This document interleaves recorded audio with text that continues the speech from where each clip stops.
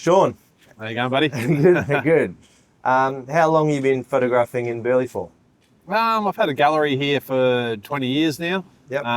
So probably photographing 5 years before that. Used to do all the beachfront markets, and it's home. It's where I love to be. Great waves, great place. Yep, yep.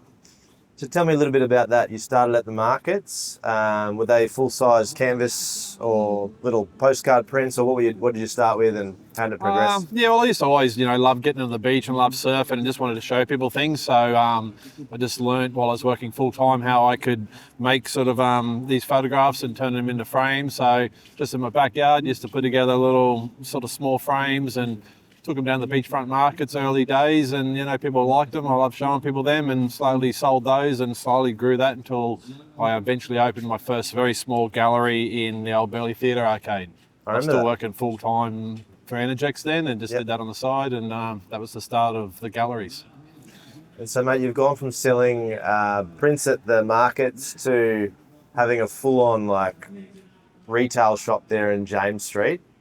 Did you find that progression a little bit daunting? Yeah, it was a bit of it. It's probably the biggest push was when I moved from a full-time job to becoming a photographer full-time. But, I do a lot of other stuff, do a lot of travel photography. The gallery is sort of my bread and butter. That's my base. I travel all over Australia, all over the world, working for tourism boards, but always loved coming back home to Burleigh. And now that store has become more than just a photography gallery, it's become a bit of a retail space with everything we love, like you say, the sunnies, the brands. So yeah, it's quite a good mix, and it wasn't that daunting because I had my fingers in lots of little pies, and it sort of helped me do everything.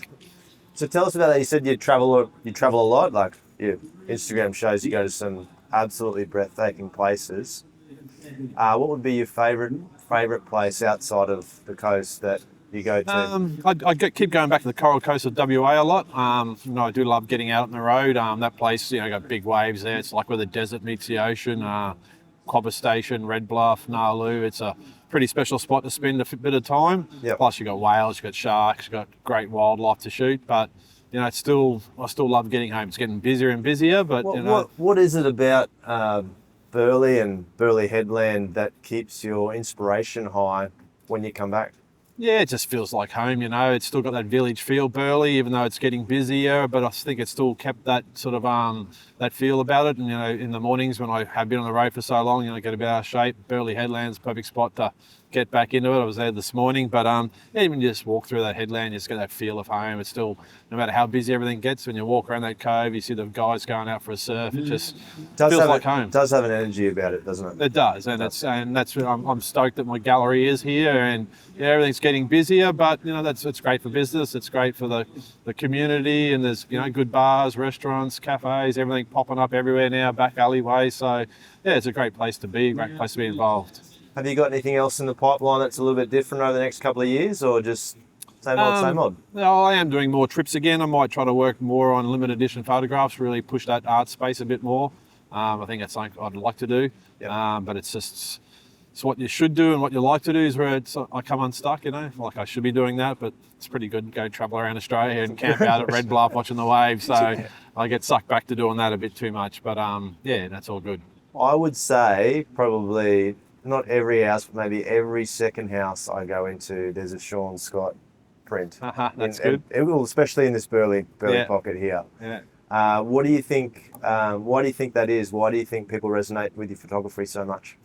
Well, I suppose that's where I started, and I do just love showing people things. When the waves are big or the sunrise is big, you go around Burleigh, you'll see 10, 20, 100 people sitting there just looking out, and that's what I used to love. But I wanted to capture that to show people who don't necessarily see it that easily. And so just trying to capture that essence of Burleigh and our neighbourhood and what we all love here is what I started doing and what's pushed me all around the world.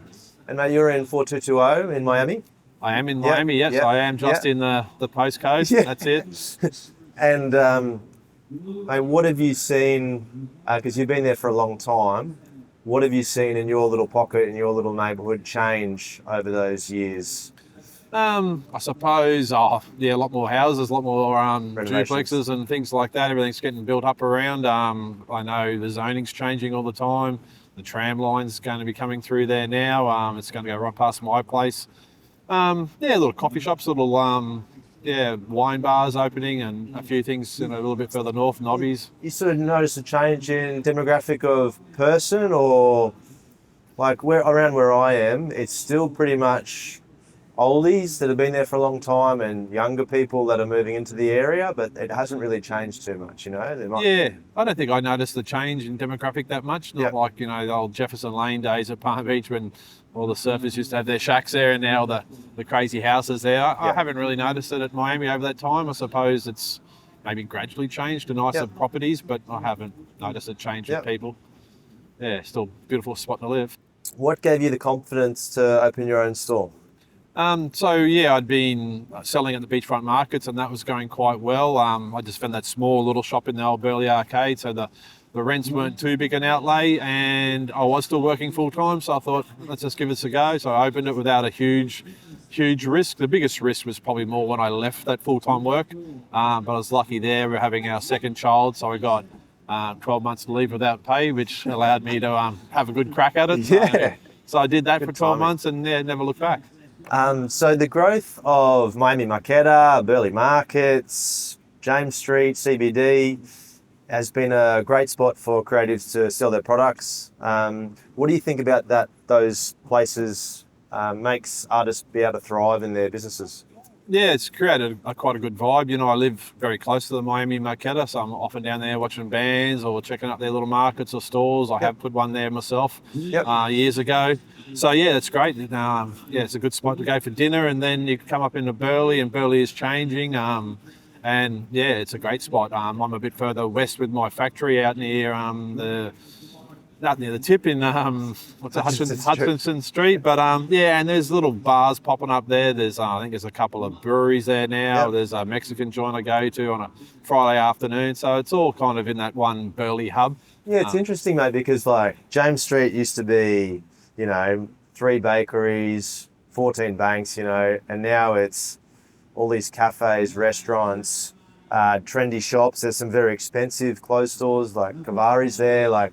Do you attribute that because people want to be in Burleigh and then people are coming with lots of money, or is it just that the evolution of that little CBD is changing and they're just providing what people want?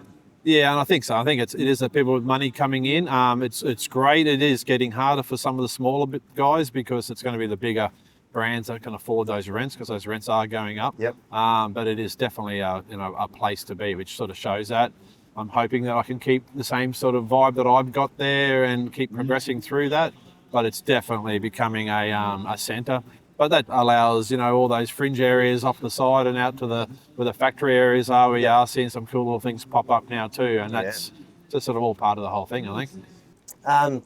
So what do you see the biggest concerns facing the business and being in Burleigh and that sort of thing? Yeah, I suppose just being a small business, you've got the light rail being built, which obviously affects people coming here at the moment. Business owners, property owners, they'll be okay long term because, not so much business owners, property owners, because they'll see the benefit of the values going up. Yep. And the community will probably enjoy it long term too because they'll see the hub becoming a bit more vibrant and easier to get around.